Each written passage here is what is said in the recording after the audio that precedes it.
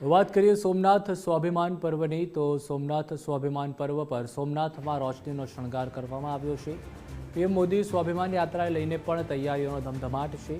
સોમનાથના પ્રવેશ દ્વારથી સોમનાથ મહાદેવના મંદિર સુધી શણગાર કરાયો છે।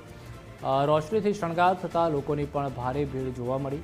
રોશનીના શણગાર વચ્ચે લોકો ફોટો લેતા નજરે પડ્યા।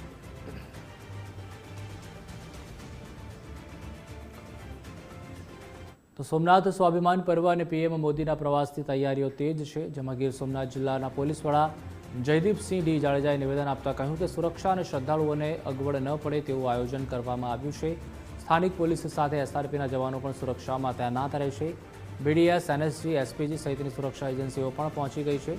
1000 વર્ષ પહેલાં જેવો માહોલ હતો તેવો માહોલ બનાવવાનો પ્રયત્ન કરાયો છે। રોડ શોમાં પોલીસના 108 જેટલા અશ્વો પણ હાજર રહેશે।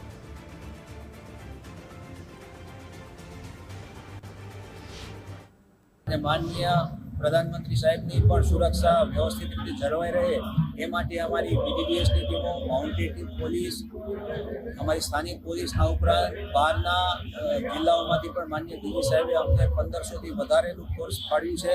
આ ઉપરાંત જિલ્લાનું પણ ફોર્સ થઈને ટોટલ 2000 થી ઉપરાંતની પોલીસ, એસઆરપી, સ્પેશિયલ એક્શન ફોર્સની ટીમો, આ ઉપરાંત એનએસજી, એસપીજી અને ઘણી બધી અમારી જે એજન્સીઓ સાથે સંકલનો છે એ બધી એજન્સીઓ અત્યારે આવી પહોંચી છે। અને આજે અમે રિહર્સલ 1 પૂરું કર્યું છે અને સોમનાથ મંદિરમાં જઈ અને આખા સમગ્ર પીએમશ્રીના રૂટનું નિરીક્ષણ કર્યું છે। અને જે પણ અમને નાની મોટી ખામીઓ જણાઈ છે તે બધાને કમ્પ્લીટ કરી છે। અને અમે ખૂબ જ આશ્વસ્ત છીએ કે માનનીય વડાપ્રધાન મોદી સાહેબના જે આ સોમનાથ સ્વાભિમાન પર્વના કાર્યક્રમને અમે ખૂબ શાંતિથી, ખૂબ ઉલ્લાસપૂર્વક ઉજવશું અને લોકોને પણ એટલો